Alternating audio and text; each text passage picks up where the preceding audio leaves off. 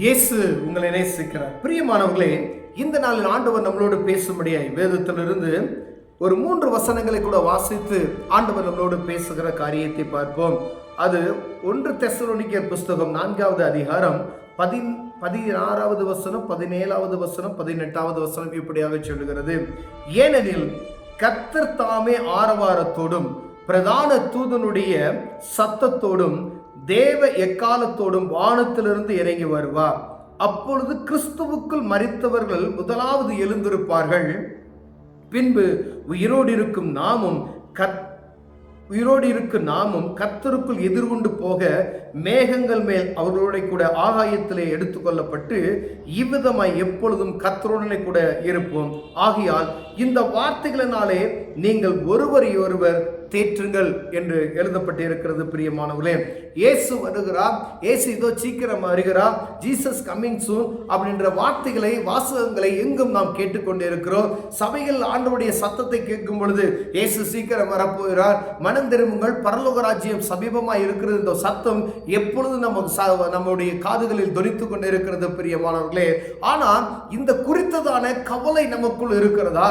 ஆண்டவர் வரப்போகிறார் என்று ஆண்டு காலமாய் சொல்லிக் கொண்டு இருக்கிறார்கள், அவர் வரவில்லையே என்று சொல்லிக்கொண்டு அநேகருக்கு அதை குறித்ததான ஒரு பாரமற்ற சூழ்நிலை காணப்படுகிறதை நாம் பார்க்க முடிகிறது.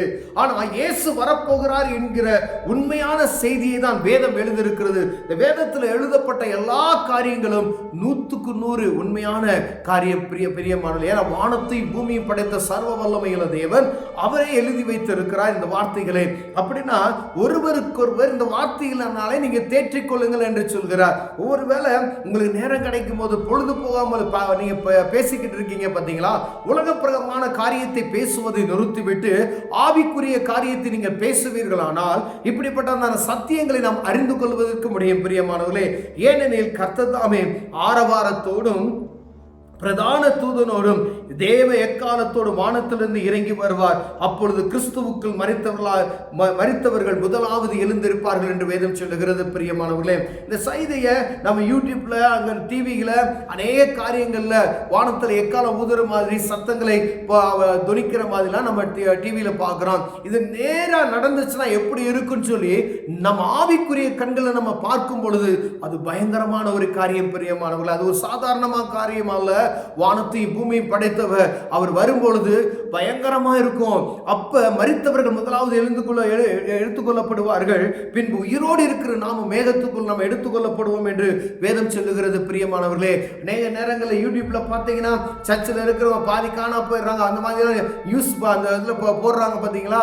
இப்படிதான் நடக்கும் அப்படின்றதுக்கு அப்பப்பைக்கு நமக்கு உதாரணமாய் ஒரு காரியத்தை அவர்கள் நம்மளை ஞாபகப்படுத்தி கொண்டே இருக்கிறார்கள். வரப்போகிறார், இயேசு வரப்போகிறார் அப்படின்ற செய்தியை ஒவ்வொருவரும் சொல்லிக் கொண்டு இருக்கிறது. நோக்கம் என்னன்னா, இயேசு வரப்போகிறார், அவர் வருவதற்கு தாமதமாகிக் கொண்டு இருக்கிறது. ஏன் அப்படின்னா நீங்களும் நானும் அவருக்கு வேணும். பிரியமானவர்களே, ஏன்னா நம்மைக்காகவே காலதாமதம் பண்ணியிருக்க, எனக்காக காலதாமதம் பண்ணி கொண்டு இருக்கிறார், உங்களுக்காக காலதாமதம் பண்ணிக்கிறோம். என் பிள்ளை நான் கைவிட்டக்கூடாது, வருகையில கைவிடப்படாதபடிக்கு எப்படியாவது நான் என் மகனை இழுத்துக்கொள்ள வேண்டும் என்பதற்காக அநேக வாசல்களை திறந்து கொடுக்கிறார். சத்திய வாசல்களை எங்காவது சுவிசேஷம் அறிவிக்கப்பட்டு என் மகன் ரட்சிக்கப்பட மாட்டானா, இந்த பாவ கட்டிலிருந்து அவன் விடுவிக்க மாட்டானே என்று சொல்லி அவர் ஒவ்வொரு நாளும் எனக்காகவும் உங்களுக்காகவும் ஏங்கிக் கொண்டிருக்கிறார். பிரியமானவர்களே, அவர் வரப்போகிறார்.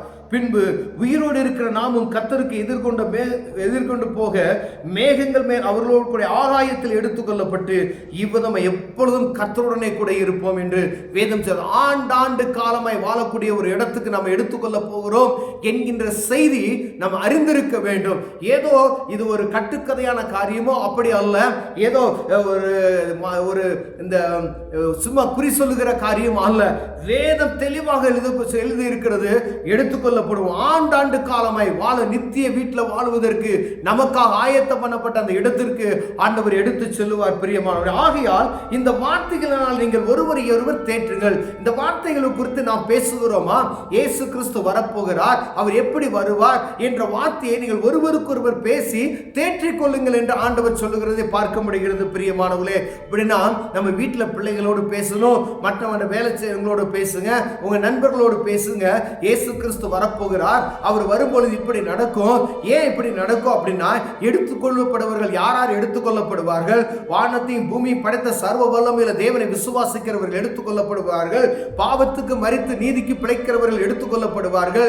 இந்த பூமிக்குரிய காரியங்கள்ல விலகி இருக்கிறவர்கள் எடுத்துக்கொள்ளப்படுவார்கள். எப்பொழுதும் சோதோம் குமோரோ பட்டணம் போல நாமும் மனம் போல வாழ்ந்து கொண்டு இருப்போமேனால் அவர் வருகை நேரத்தில் கைவிடப்பட்ட ஒரு சூழ்நிலைக்கு கடந்து செல்வோம் என்கின்ற வார்த்தைகளை ஜனங்களுக்கு சொல்லும்படி ஆண்டவர் விரும்புகிறார். சோதோம் குமோரோ பட்டணம் இரவு முழுவதும் ராம் முழுவதும் அவர்கள் எதையும் காதலை கேட்கல. தூதன் பிடித்து லோத்தோ வெளியே தள்ள வரைக்கும் அவர்களுக்கு தெரியல. அவ்வளோ கொடூரமான பாவங்கள் அங்க நடந்து, குடித்தார்கள், வெறித்தார்கள், புசித்தார்கள். இது நடந்துகிட்டே இருந்துச்சு.